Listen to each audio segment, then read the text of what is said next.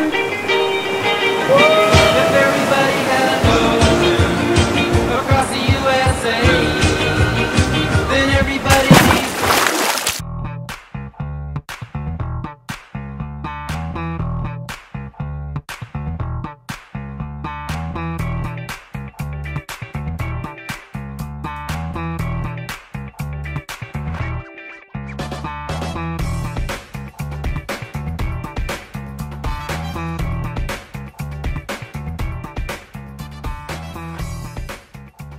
Hey, salut tout le monde. Salut Lutin. Bonjour Jérémy. Bonjour Cathy. Bah dis donc, vous en faites des folies pendant que je suis pas là. Ça sort, ça s'amuse. Ouais, la vie est belle. Aurélie a pris un bain. Ouais, je vois ça. Ou un gadin au choix. Bon, une semaine, vous avez travaillé sans moi, merci beaucoup. Bah, non, mais écoute, t'as le droit de te reposer aussi. Oui, il fallait. Vu qu'on arrive sur une période un peu critique. Et quelques boulettes de ma part, puisque j'ai oublié de commander certaines choses. Donc on va vous faire une revue de la semaine un petit peu rétrécie, puisqu'il manque des jeux. Bah, notamment l'extension Faraway que j'ai zappé de commander. Il y en aura plus la semaine Oh, prochaine. la semaine Voilà. prochaine. Ouais. Alors, mais il y a quand même déjà pas mal de choses pour la C'est ça, semaine. il y a eu de quoi s'occuper. Allez, on Alors, va commencer avec les tout Mini-Monstres. petits, avec Ouais. Mimi Monstre. Mimi Monstre, donc c'est un jeu de Means That Play, donc je pense que c'est du une développement société. interne, Ouais. voilà. C'est un petit jeu de 7 familles revisité, puisque on va apprendre aux enfants à faire de la description. Donc on a chacun en main des cartes Des de demi-monstres. demi-monstres, voilà, et il va falloir décrire 3 spécificités du monstre. Donc Cathy, est-ce que tu as le monstre rouge qui n'a qu'un œil et des ailes de chauve-souris bleues? J'ai pas. J'ai pioche. pas, donc si on n'a pas, on J'adore pioche. bien. Si la personne a, elle nous donne. On assemble le monstre et ça nous fait des points. Voilà, et à la fin de la partie, c'est celui qui a le plus de monstres devant lui. Donc c'est vraiment. Joli jeu de voilà. vocabulaire, de description. Tout à fait. Il n'y a pas ce côté cette famille de devoir deviner ce que l'on n'a pas en main, puisqu'on a déjà le visuel de la moitié des cartes. Donc d'où le 4 ans Couleur, au lieu de forme, 5-6 ans. enfin, Et voilà, voilà. tout ce qui. Ouais, jolie revisite du jeu de cette famille. Voilà. De 4 joueurs à partir de 4 ans. Bien efficace. Voilà, Et ça. C'est chez Tribuo, tout à fait. Quand même notre chouchou distributeur de l'année, je pense. Hein, En tout cas clairement. pour toi, oui. Ouais, clairement, Après, clairement. presse patate, 2 pommes, 3 pains. Et la suite. Et la sous peu. suite aussi. Qui pourquoi que j'ai bien aimé, le Link City que on a Oui. adoré aussi. Oui. Ah non, il y a une sacrée Ça va ligne être- éditoriale ça- cette année chez Tribuo. Ça sera On a l'éditeur de adoré. l'année. Je pense. Enfin, de mon côté, De oui, ton très côté, clairement, en émotion Voilà. et en rigolade, clairement. Alors, Alors. on va sur une boîte un petit peu plus grosse, mais on reste sur du familial. Donc Toriki. l'île des naufragés, c'est Dvorak Grafskowski à l'autorat. C'est surtout le monsieur qui a fait Chronicle of Crime. Et après, au niveau des illustrateurs, on va l'écrire parce qu'ils sont plein et avec des noms qu'on va abîmer. Ok. Donc on va les écrire. Donc, Chronicle of Crime, c'est un jeu hybride d'enquête où on a des petites cartes à scanner, etc. Donc, on va retrouver un jeu hybride, pas d'enquête cette fois, mais d'aventure, avec plein de petites choses à débloquer, etc. On vient de se naufrager sur l'île de Toriki. Et le but, ça va être d'essayer de découvrir toutes les espèces de l'île de Toriki, découvrir des pièces d'or, découvrir pourquoi il y a des pièces d'or sur cette île qui est censée être inhabitée depuis très longtemps. Donc voilà, très familial, on va se déplacer sur une case, on entre le numéro de la case sur l'application. L'application nous dit les choix d'action que l'on peut faire, on peut fouiller la pièce selon en scannant les QR codes des objets que l'on a pour voir du coup qu'est-ce qu'il y a dans cette parcelle. Au camp de base, on peut assembler différents objets pour créer des nouveaux objets façon combinaison de cartes de unlock. Familial et sans vraiment de difficulté, l'important c'est vraiment l'aventure qu'on va vivre, puisqu'on ne peut pas mourir.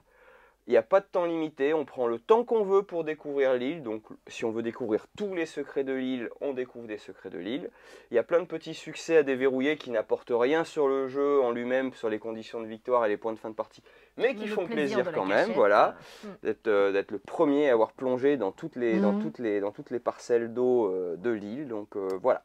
C'est un jeu vraiment plaisant, familial. C'est vraiment un voilà, week-end en famille. une petite aventure qu'on va vivre tous immersif. ensemble, sans grande difficulté, mais le plaisir de partager avec d'autres des émotions, de la découverte, etc. Voilà. Ouais, joli, Voilà. Il y a un petit carnet dedans de créatures du coup à découvrir et on nomme nous-mêmes les créatures. Donc ça va faire un peu appel à l'imagination des enfants qui vont prendre un plaisir à découvrir et à décrire des petites... à partir de 8 ans. 8 ans. Voilà. Donc ça, une jolie aventure. Hop, allez, ensuite, comme on disait, on passe à un jeu un peu, en termes d'édition, un peu original, on va dire. Les dinosaures surfeurs, fallait oser. Donc à l'autorat, on a Kwang Kwong, monsieur qui a fait Alice Garden et Pyramido notamment. Et à l'illustration, il y a 2 personnes, Lisa Goldstein et Matthias Mödl, un Allemand, qui a un joli site aussi, tirli.de. C'est assez rigolo ce qu'il fait. Je vous laisse, de toute façon, au vu des graphismes, c'est très je pop art. vous invite à aller regarder un petit peu ce qu'il fait.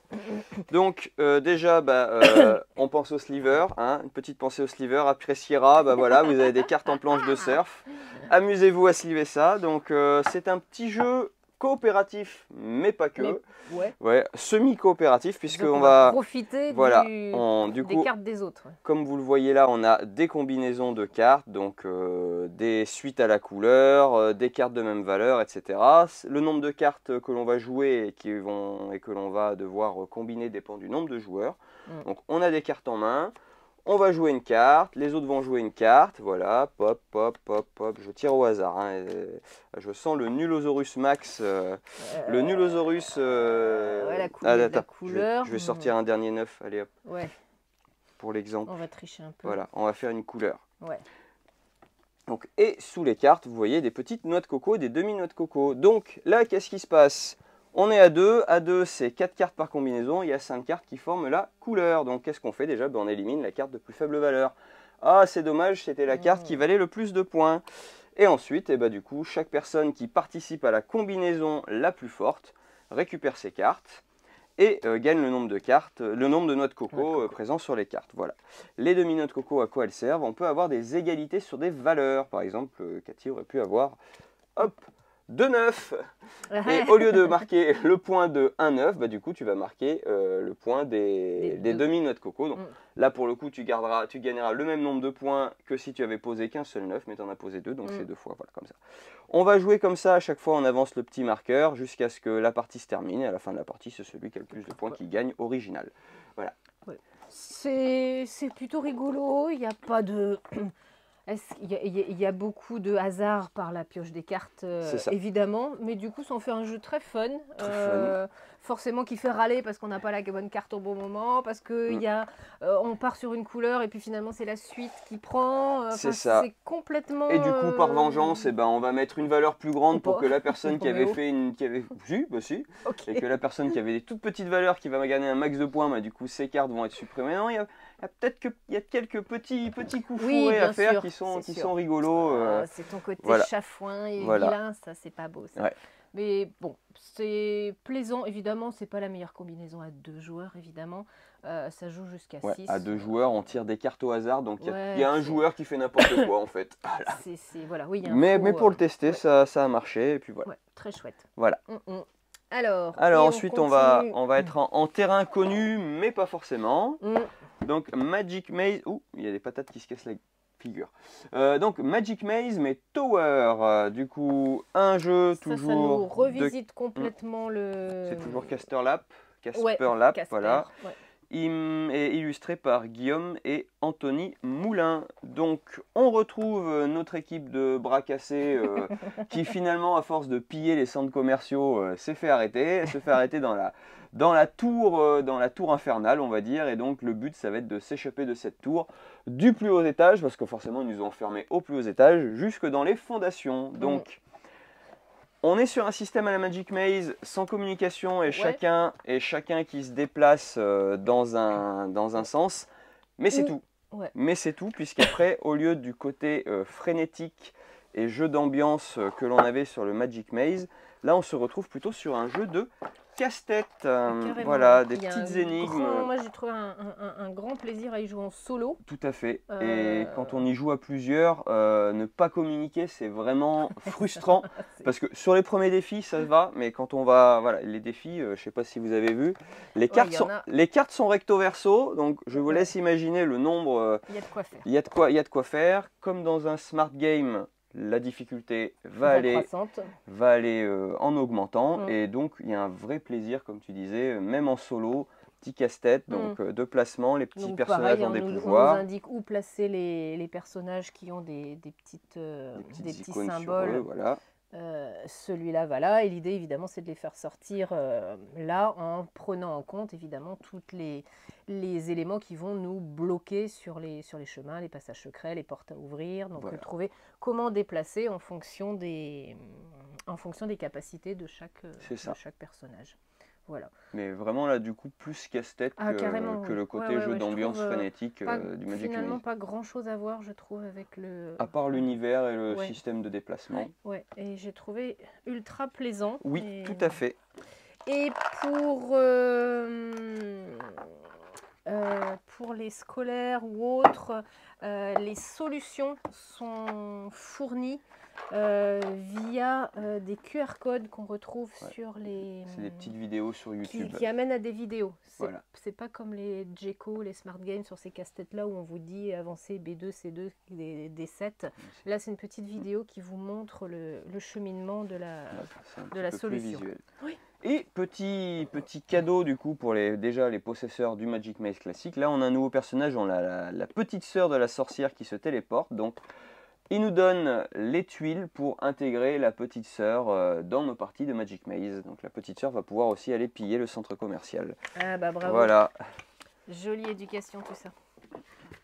Mais une très très belle revisite du jeu. Tout à fait, voilà, un jeu identique dans l'univers mais complètement différent et du coup qui est très plaisant à faire. On peut avoir les deux sans avoir de doublons. Carrément, ouais. Allez, des alors, patates. un jeu qui donne la frite. On On va trouver des jeux de mots. Donc patata, petit jeu d'ambiance, voilà, un jeu de patate chaude. Donc la patate est fournie dans le petit sachet. On va tirer un petit thème. Donc allez, donc c'est roulement. Michael Morelli et Min Nguyen à l'autora et c'est le studio 23.0 à l'illustration. Alors c'est parti. Go. Donc on va tirer un thème et le premier qui n'arrive pas à trouver un mot sur ce thème se revoit refiler la carte et voilà. Donc un bon moment pour se taire, un enterrement. Je vais rien trouver. Quand Jérémy parle, il vaut mieux rien dire après. Au cinéma. Ouais, ok. Allez, c'est bon. Oh là là, c'est trop dur ma vie. C'était juste pour l'exemple. À noter que cette patate fait aussi un excellent anti-stress pour des gens qui cherchent des petits anti-stress. Le jeu est à double emploi. Voilà. Ça, c'est la version famille. Il y a une version adulte. 18+, oui, avec des questions évidemment un petit peu plus décalées. Voilà. Voilà.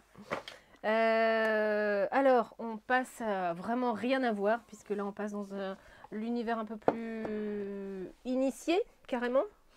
Mais qui reste familial. Voilà. Puisque c'est Diluvium, donc de Anthony Guillain. Et Maud Chalmel et Henri Carmarek à l'illustration. Et on est sur un 4X, mais vraiment un 4X léger, rapide, hyper accessible.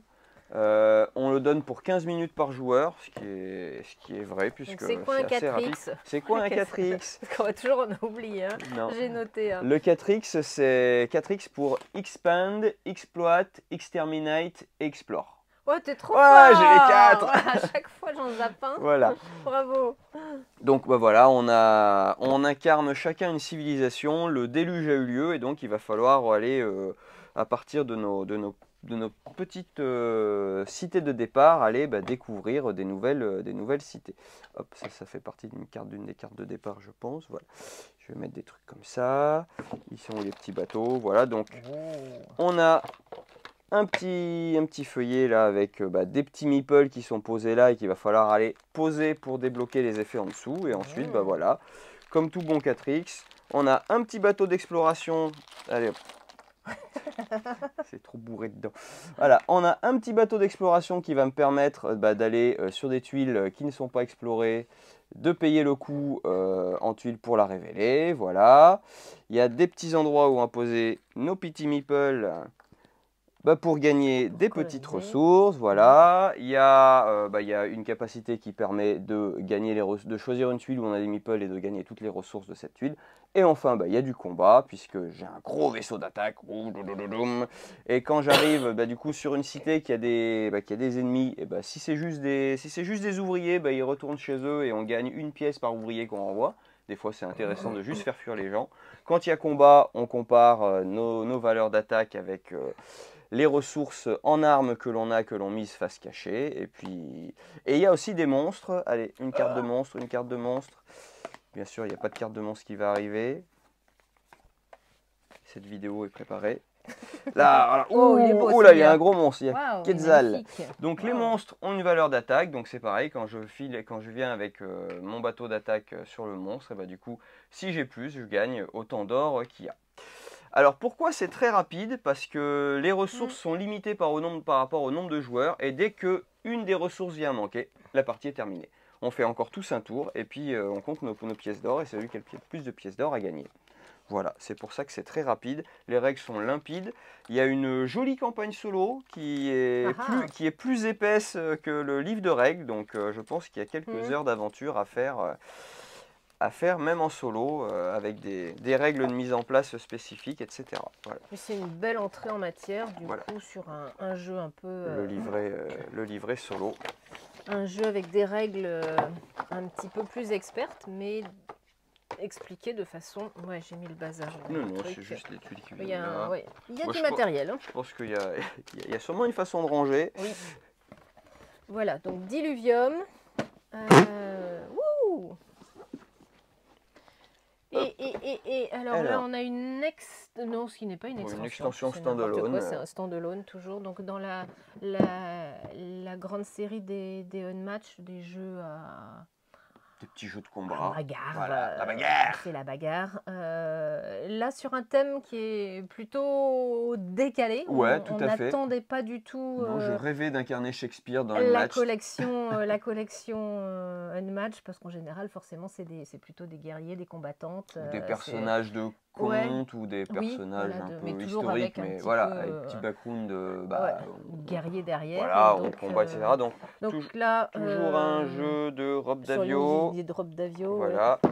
Donc là, on va pouvoir incarner Shakespeare. C'est des personnages, c'est Shakespeare et des personnages issus des pièces de Shakespeare. Donc il y a forcément Hamlet, évidemment. Les trois sorcières et Titania. Voilà. On a tout lu Shakespeare, Autant Hamlet, oui, les trois sorcières et Titania. Pareil, Voilà. Voilà, donc toujours le plaisir d'avoir des personnages avec des combinaisons et des pouvoirs particuliers et qu'il va falloir affronter, déplacer pour affronter au mieux et détruire l'adversaire. En gros, si je résume, c'est Shakespeare contre ses créations, quoi. Oui, dans l'idée. Oui.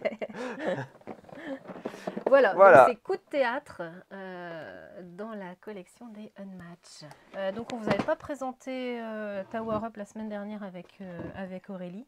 Toi tu l'as beaucoup joué toute la semaine a priori. Maman l'a beaucoup apprécié. Donc, alors Tower Up, on est sur un jeu de Grégoire Larger, Franck Critin, Sébastien Pochon, et illustration Nadège Calegari, Laurent Escoffier et Geoffrey Stepoulenko. Il y a du beau monde. Voilà. C'est édité par Monolith Game, qui se met à faire du jeu pour les familial, pour les boutiques aussi. Oui, aussi. Ce qui n'était pas forcément le cas auparavant. Alors un petit jeu de construction. On va faire pousser les gratte-ciel. Bon, on est. Le thème te parle pas trop. Mais carrément, mais pas du tout. Mais le plaisir du jeu est là. On est sur un familial. On a eu plaisir à y jouer. On est sur un familial. Et après, waouh!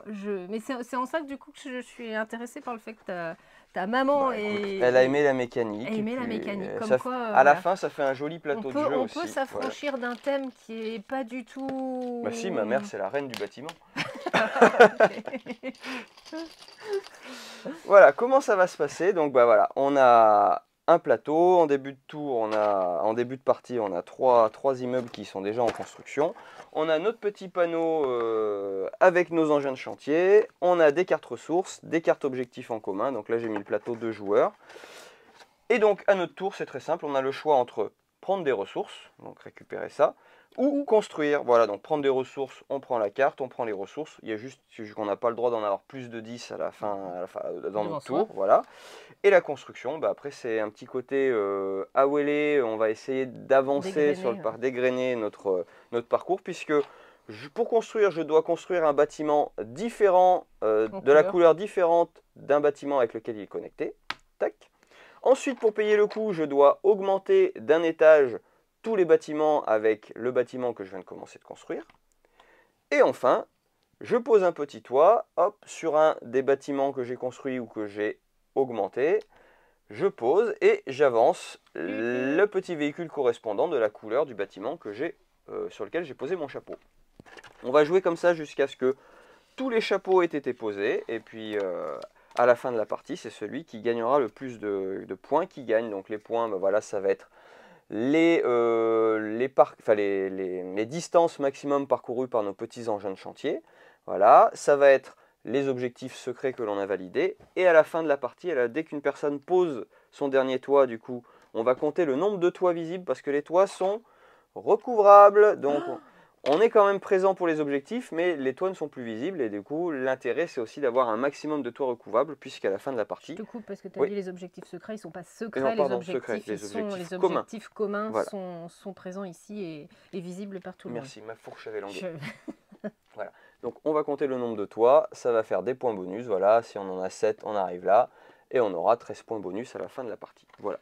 Donc c'est ultra fluide, c'est clair, rapide. On sait où on va. Il y a un petit peu de profondeur quand on commence à comprendre le jeu. On se dit, ah, si je fais ça, c'est pas mal. On combotte, on essaye de valider plusieurs objectifs en même temps. Et voilà. Quand j'ai joué avec toi hier, j'ai bien vu que, oh là, ça commençait à réfléchir. Il allait falloir que je fasse attention à ce que je faisais. Mais parce ça que t'a pas empêché de me battre.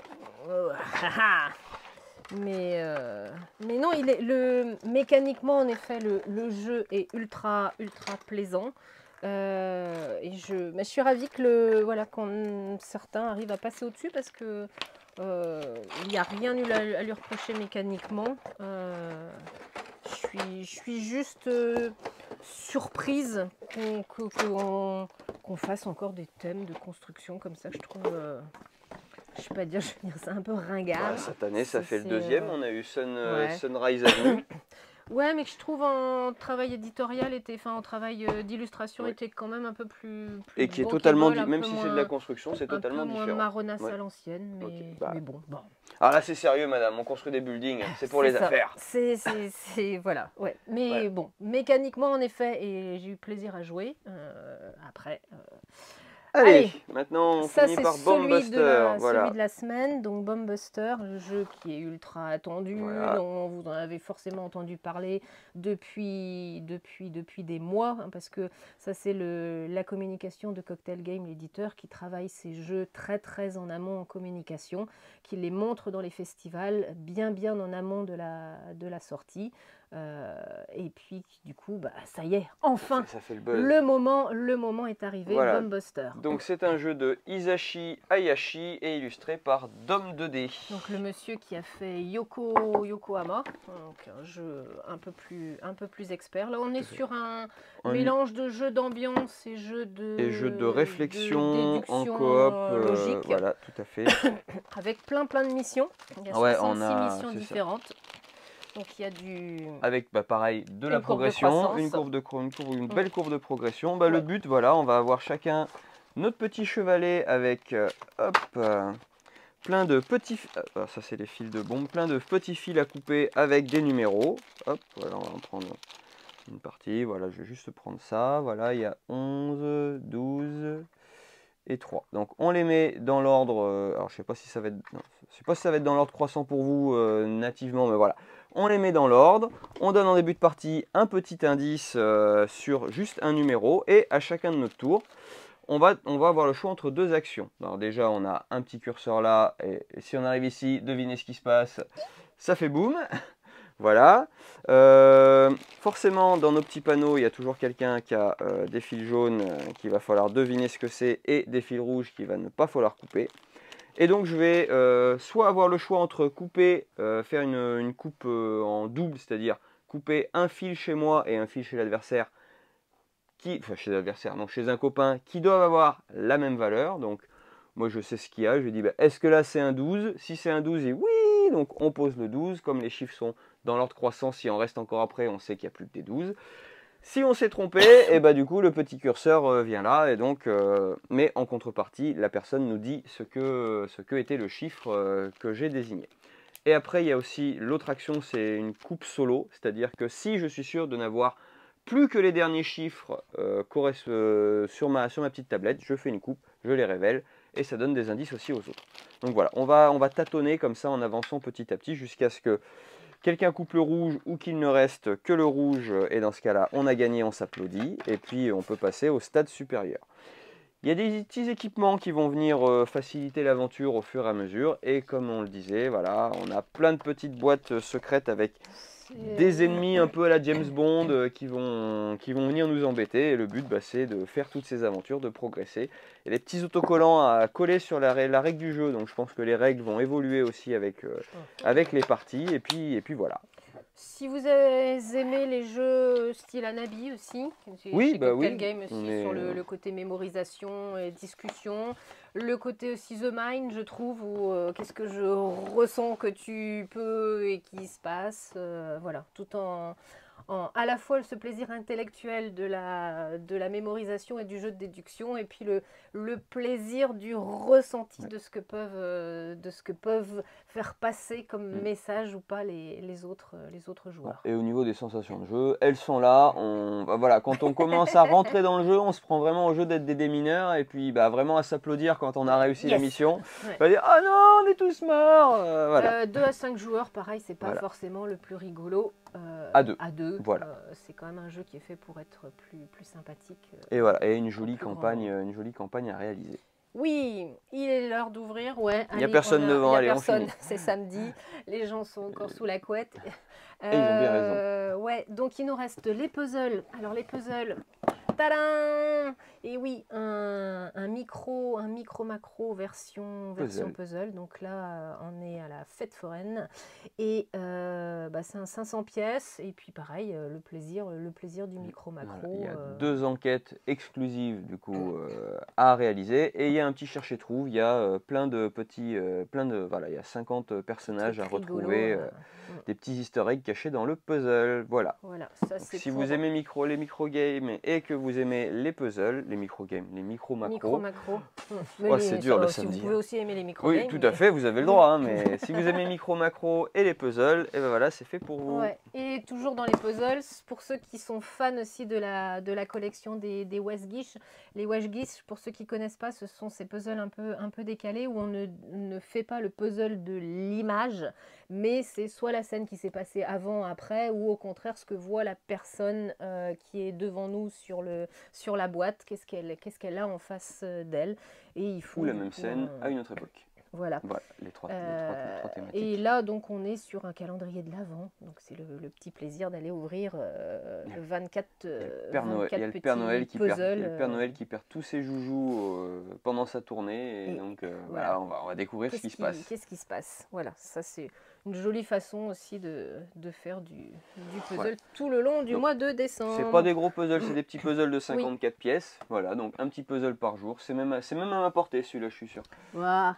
Allez, et les cartes, on a rentré plein de nouvelles cartes Bicycle sur le thème de Disney. Je sais pas laquelle est ta favorite. C'est ça, ouais. On les avait vus à Vichy, et du coup on est trop bien, des bicycles sur le thème de Disney. On a complètement craqué sur ces cartes-là. Il nous manque aussi cette semaine. Donc j'ai dit le Faraway, l'extension que j'ai oublié de commander. Qui arrive, c'est le Aurora Arkham. Jeu de rôle, la jeu boîte de de rôle, démarrage. la boîte de démarrage Et il y qui a arrive. l'extension en Athéna de Acropolis aussi. Qui arrive, mais je crois, je suis pas sûre que c'était sorti. Si, C'était sorti aujourd'hui. Elle est Bon. sortie cette semaine. On Eh me l'a ben, demandé, mais. Je suis désolée, j'étais au c'est pas fond du grave. lit cette semaine, bien malade, et j'ai fait des bêtises dans les commandes. Tous ces jeux-là, vous les retrouvez aussi dans notre super sélection du groupement des boutiques ludiques, hein, et d'autres qui sont encore à venir. Le petit point jeu de cartes à collectionner, nous avons récupéré un peu d'Altered en VF, ouais. Dans le carton aussi des jeux de rôle d'horreur Arkham, il y a du Star Wars qui arrive, donc on va avoir un peu de Star Wars, et on a eu nos allocations là officielles, ça y est, pour la prochaine sortie, le numéro 3, et donc avec l'avant-première le 8 novembre. Je me suis gourée d'une semaine, j'ai fait n'importe quoi. Donc je vais lancer les inscriptions dès aujourd'hui ou au pire lundi. Voilà pour toutes les informations, et on a surtout aussi le Lorcana, je crois, mais ça je crois que le championnat est complet, je crois. Ouais, sur Mêlée, je vais regarder, mais je crois que c'est tout complet. Et ça c'est un dimanche pendant les vacances. Et ça c'est un dimanche des vacances, oui. Mi-octobre, fin octobre, je sais plus. Le 26 je crois, le 27, le 27, le 20. On est le combien? On est le 19, demain on est le 20, donc ce sera le 27. La semaine prochaine. Ouais. Voilà pour toutes les informations plus ou moins efficaces de ma part, mais très de la part de Jérémy.